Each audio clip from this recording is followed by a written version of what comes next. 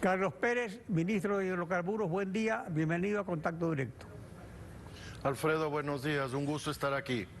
Manteniendo la eliminación del subsidio, ¿se puede modificar la fórmula de establecer el precio de los combustibles? Para que el pueblo no subsidie al Petroecuador o al Estado con los impuestos que se agregarían.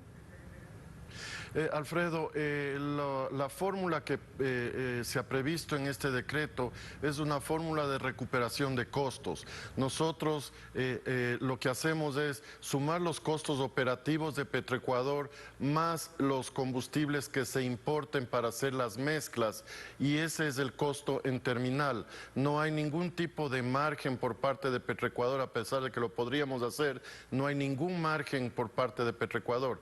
Luego, en la venta en terminal, lo que se suma es el IVA y posteriormente el comercializador tiene un margen.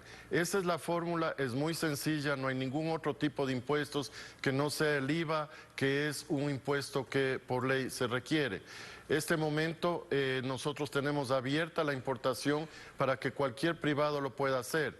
Hemos recogido una de las preocupaciones para que los privados puedan competir en igualdad de condiciones que Petroecuador, y se está modificando la reglamentación de tal manera de eliminar los aranceles y eliminar el IVA, de tal manera de que no haya ningún tipo de excusa, y si los señores privados son más eficientes que el Estado y pueden entregar mejores precios a la ciudadanía, que lo hagan. El gobierno está abierto a este tipo de alternativas. Pero para el almacenaje, por ejemplo, del petróleo, ¿tienen los privados capacidad o sería arrendada a Petroecuador? Bueno, hay empresarios privados que han manifestado que podrían hacer la inversión, ya depende obviamente de ellos, pero en vista de que en el momento no existe ese almacenamiento, Petroecuador está en la capacidad de alquilar la infraestructura que sea necesaria, poliductos, almacenamiento, inclusive los terminales para recibir los combustibles. Es decir, hemos dado todas las facilidades para que los empresarios que deseen participar de este negocio así lo hagan. Porque lo importante es que no se vuelva a producir el negociado que había en la época de la partidocracia, con el gas, por ejemplo, que habían importadores de gas, el gobierno importaba gas, pero lo almacenaban en buques y no se utilizaba el almacenaje propio de Petroecuador, o Petroecuador simplemente no lo tenía. Eso no ocurriría. ¿Cómo se manejaría esto del almacenaje? Nosotros hemos puesto precios topes, como usted sabe. Petroecuador tiene su mercado y tiene sus precios. Ese será lo máximo que controle el mercado. Si de ahí hacia abajo los empresarios pueden mejorar, que lo hagan. Petroecuador actuará como un monitor del mercado. Nosotros hemos limitado, por ejemplo, el margen de comercialización. Solo en la super el margen es libre, pero en la extra, en la eco y en el diésel el margen es fijo, de tal manera de que no habrá razón para que los importadores privados puedan exceder los precios de Petroecuador. Y en el caso de que haya importación por parte de privados, ¿cómo se haría? ¿Con concurso? ¿Cuál sería el procedimiento a establecerse? No, cualquier persona puede registrarse en la ARCH cumpliendo ciertos requisitos. Nosotros tenemos que tener cuidado, primero, de que sean empresas serias que manejen con seguridad, porque estamos hablando de combustibles, y segundo, que tengan un suficiente margen, un colchón de combustibles en el país para evitar el desabastecimiento en el caso de cualquier evento, por ejemplo, un huracán o alguna cosa en el Golfo de México. Petroecuador hoy por hoy tiene su margen de reservas aquí en el país justamente para cuidar eso. Si es que esto pasa a manos privadas, esas reservas tendrán que ser comprometidas por parte de la empresa privada para garantizar el abastecimiento de combustibles en el país.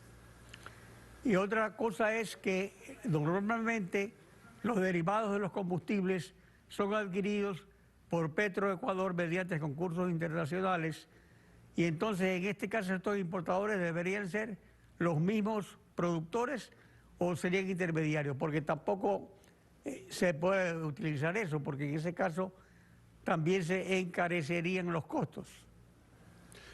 Habría de los dos, las alternativas están abiertas. Si un productor de combustibles quiere traer los combustibles al país, es posible. Si un intermediario quiere traer los combustibles al país, es posible. Pero la ciudadanía va a comprar siempre donde el combustible esté más barato. Si los empresarios privados no logran ser más eficientes que el Estado, quien les venderá el combustible será el Estado ecuatoriano.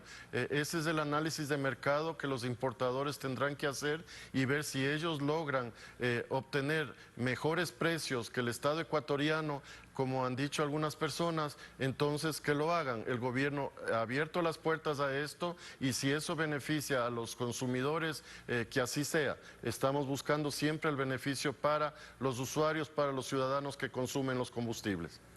En todo caso, si se termina el monopolio de Petroecuador, Petroecuador sí se reservaría una parte de la importación para seguridad digamos, de la existencia de combustible en el país. Mire, nosotros este momento de la reglamentación actual tiene un cupo para los privados.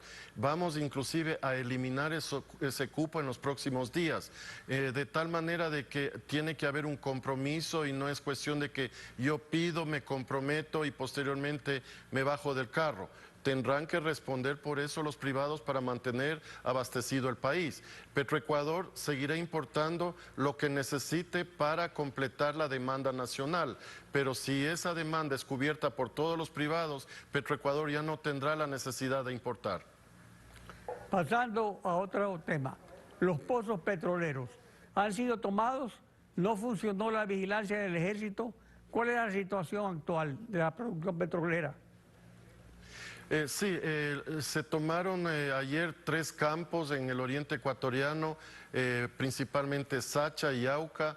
Este momento hay una reducción de producción por encima de los 52.000 barriles desde ayer hasta ahora a las 6 de la mañana. Eso, como usted puede ver, es un dinero importante que deja de entrar a las arcas del Estado. Por otro lado, también el oleoducto dejó de bombear una cantidad importante de petróleo hacia los terminales para la exportación. Esos son los daños causados por este tipo de protestas irracionales. El ejército ecuatoriano, si bien estuvo presente en estas instalaciones, realmente la cantidad de personas que fueron llevadas por grupos políticos fue mucho mayor y realmente ya la única alternativa era usar una fuerza y podría haber habido fallecidos, que es lo que está cuidando el gobierno nacional que no suceda. Hay alrededor de 40 personas detenidas, incluidos políticos, que fueron los que lideraron estos desmanes y nosotros seguiremos trabajando. Se han logrado ya desalojar las personas de las instalaciones para que no causen daños, pero al momento se encuentran cerrados los pozos porque no tenemos la capacidad de almacenamiento ni bombeo por el cierre tanto de las instalaciones de bombeo como la alimentación energética que ha sido cerrada a estos campos. Pero la vigilancia del ejército no solamente es en estas emergencias o medidas de hecho, sino que según tengo entendido existe un contrato entre el ejército y Petroecuador, es decir, que se debió haber previsto que podría haber ocurrido lo que ocurrió. Sí, nosotros tenemos un contrato con el ejército y ellos cuidan de las instalaciones. En el caso de Sacha, por ejemplo, había 8 efectivos, pero llegaron más de 400 personas y es difícil controlar eso. Lo podemos hacer con fuerza extrema, pero eso existe un riesgo. Bueno, pero 8 efectivos sería para una situación normal, pero ayer la situación no era normal, digamos. Sí, no se olvide que hay muchos focos en el país para esto y el ejército obviamente tiene sus limitaciones de número de personas. Se pusieron más recursos en otras partes del país, no se estimaba, pero a última hora hubo una arremetida de gente movilizada por grupos políticos con intereses, lamentablemente, esa fue la situación. No hemos tenido suficientes efectivos porque ellos han sido desplegados a nivel país, sobre todo en la zona andina, centro y centro norte, que donde estaba la mayor parte de los disturbios. En virtud del artículo 157 del COTAT, que dispone en su inciso final que en emergencia declarada un nivel de gobierno podrá asumir sin necesidad de autorización previa del Consejo Nacional de Competencias, pero con la obligación de notificarlo inmediatamente. En virtud de esa disposición, el alza de los combustibles legalmente ya se perfeccionó o aún el gobierno no notifica a los municipios. El gobierno nacional, como usted conoce, sacó una directriz respecto del incremento del transporte afectado no solo por los combustibles, y eso quiero yo ser claro. En el caso, por ejemplo, de Quito, se venían discutiendo ya incrementos y el incremento que han planteado los señores transportistas no está solo impactado por el incremento de los combustibles. Lamentablemente se le está pasando esa responsabilidad al gobierno nacional cuando es competencia de los municipios. De todas maneras, el señor presidente, si los municipios no quieren asumir esa responsabilidad, no hay ningún problema que la transfieran de vuelta al gobierno nacional y el gobierno nacional tomará las acciones necesarias. Lamentablemente creo yo que los municipios están lavando las manos y esa no es una acción adecuada frente a la situación que estamos viviendo. Carlos Pérez, ministro de Hidrocarburos, gracias por acompañarnos en Contacto Directo. Gracias, Alfredo, buenos días.